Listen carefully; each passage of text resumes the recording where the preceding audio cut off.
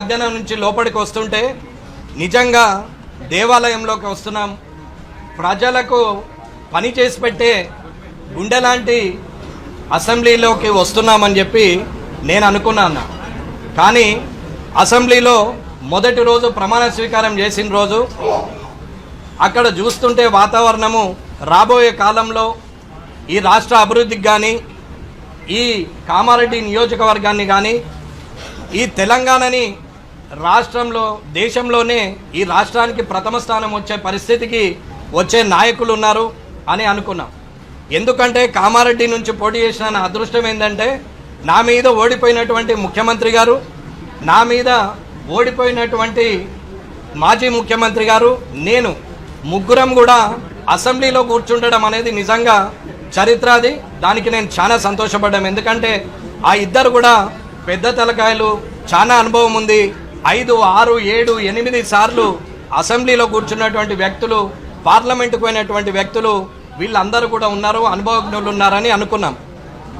అన్న, మన ఇంట్లో ఒక 10,000 రూపాయలకు పనిచేసే హౌస్మేట్ లేదా మన వ్యవసాయ భూమిలో ఒక 300కు కూలికెచ్చే వ్యక్తి మనకు 5 నిమిషాలు లేట్ వచ్చినా, ఒకరోజు రాకపోయినా, తిన్న తర్వాత 15 నిమిషాలు లేట్ చేసినా వాళ్ళకు జీతం కట్ చేస్తారు. కానీ 2,75,000 రూపాయలు తీసుకున్నటువంటి ఎమ్మెల్యేలు ఇవాళ అసెంబ్లీకి రారు. నేను పార్టీ పరంగా మాట్లాడట్లేదన్నా, మనసులో ఉన్న భావనతోని నిన్నటి నుంచి భారంగా ఉంది కాబట్టి ఒక్కసారి మీతో పంచుకుంటే ఇది ప్రజలకు తెలిస్తే, అధికారులకు తెలిస్తే, మా ఎమ్మెల్యేలకు, సోదరులకు అందరికి కూడా కొంచెం జ్ఞానోదయం అవుతుంది అనేది నా అభిప్రాయం. అసెంబ్లీ అంటే పేకాట క్లబ్ లాగా అయిపోయిందన్న. ఈ టేబుల్ మీద ఉన్నాడు ఆ టేబుల్ మీదకి పోయి, ఆ టేబుల్ మీద ఉన్నాడు ఈ టేబుల్ మీదకి వచ్చి పత్తాలాడచ్చు, ఎక్కడ ఖాళీ సీట్ ఉంటే అక్కడ కూర్చోవచ్చు, ఏ టేబుల్ మీద కూర్చుంటే ఆ టేబుల్ మీద ఆట ఆడచ్చు అనే ఆలోచన ఈ అసెంబ్లీలో తయారైపోయింది. అన్న, 2,75,000 జీతం తీసుకున్నటువంటి వ్యక్తి అసెంబ్లీకి రావడమే మానేసారు. సగం మంది వస్తారు, వచ్చిన సగం మందిలో 2 నాయకులు మాట్లాడితే 60 మంది జపం చేస్తారు, అల్లరి చేస్తారు. ఇటు పక్కన 2 మాట్లాడితే 20 మంది అల్లరి చేస్తారు. వాళ్ళు మాట్లాడితే వీళ్ళు అరవడం, వీళ్ళు మాట్లాడితే వాళ్ళు అరవడం తప్ప పెద్దగా ప్రజలకు ఒరిగినటువంటి ప్రయోజనం ఏమీ లేదు. ఈ థర్డ్ సెషన్లో కూడా ఎవరికి వాళ్ళే గొప్పలం అనుకుంటున్నారు. కొందరు మాట్లాడతారు, రాజకీయం వేరు,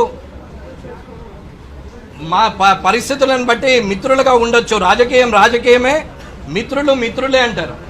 ప్రజాప్రతినిధులు అందరూ మిత్రులైనప్పుడు మరి శత్రువులు ప్రజల ఓటేసి గెలిపించినటువంటి ప్రజలే శత్రువులా ప్రజాప్రతినిధులకు అనేది నేను అడుగుతున్నాను. ఏ ఒక్కరు కూడా ప్రజలకు సంబంధించిన అంశాన్ని లేవనెత్తి మాట్లాడరు.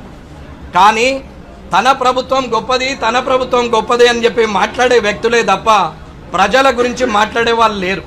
దాంట్లో మధ్యలో సెటైర్లు, సినిమాలో సీరియస్ సీన్ నడుస్తుండగా ఒక కమెడియన్ వచ్చి జోక్ చేసినట్టు ఒకరు జోక్ వేస్తారు, దాని మీద మళ్ళీ నవ్వడం. అప్పుడే ప్రతిపక్షం అధికార పక్షాన్ని, అధికార పక్షం ప్రతిపక్షాన్ని, నాతో సహా నేను ఏ ఒక్కరిని పార్టీని బట్టి మాట్లాడట్లేదు, వారు మాట్లాడి అప్పటిదప్పుడే మళ్ళీ జోక్ వేసుకుంటారు, సీరియస్గా మాట్లాడతారు, వెళ్ళిపోయి కాలించుకుంటారు. కెమెరాలు, పాత్రికేయులు నడిచినంతసేపు వారందరూ కూడా నువ్వంటే నువ్వు, డి అంటే డి అని మాట్లాడతారు. అది అయిపోయిన తర్వాత మళ్ళీ కలుసుకొని మాట్లాడతారు. రాజకీయం అంటే కక్షాపూరిత ద్వేషపూరితమైన వాతావరణం ఉండాలని నేను అడగట్లేదు. కానీ రాజకీయ నాయకుడు కమిట్మెంట్ మీద ఉండాలా. ఎవరైతే ఓటేసిరో ఆ ప్రజల పక్షాన మాట్లాడాలి.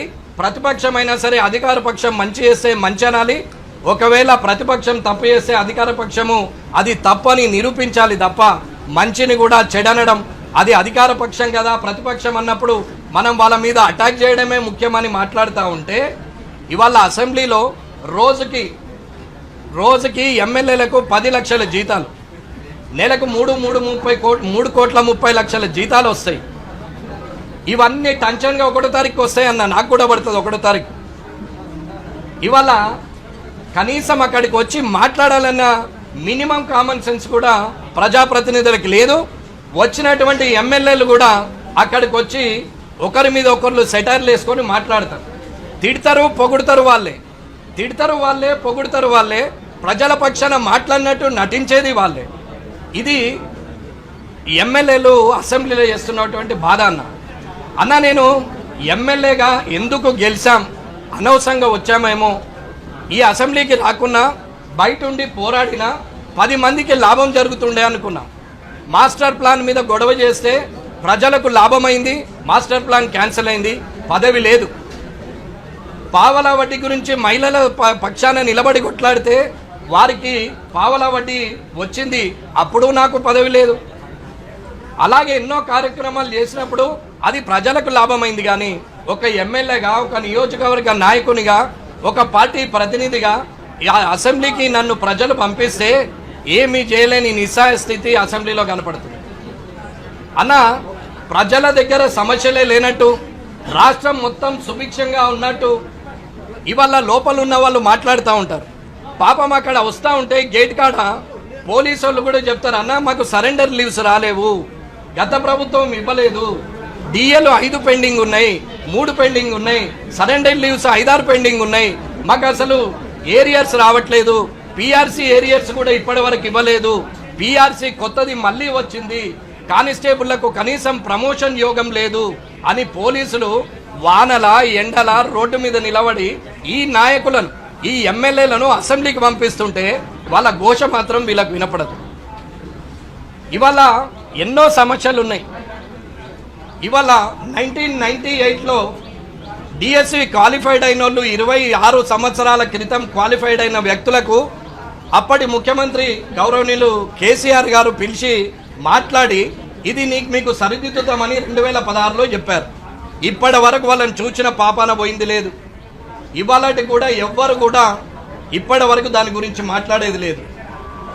అన్న ఇవాళ గెస్ట్ లెక్చరర్లు, ఇవాళ టీచర్లు, ఇవాళ జియో 317 కానీ, ఇవాళ ఉన్నటువంటి సమస్యలు జియో 46 కానీ, ఉద్యోగాలు లేక నిరుద్యోగులుగా యువత రోడ్డు మీద పడి ఏడుస్తూ ఉంటే వీళ్ళు ఇందులో నవ్వుతూ, నీళ్లు తాగుతూ, సెటైర్లు వేస్తూ, మధ్యాహ్నము ఉదయం టిఫిను, మధ్యాహ్నం మళ్ళీ మటన్, చికెన్, ఫిష్తోని సహా, ఎగ్గులతో సహా భోజనాలు ఉంటాయి వీళ్ళకి.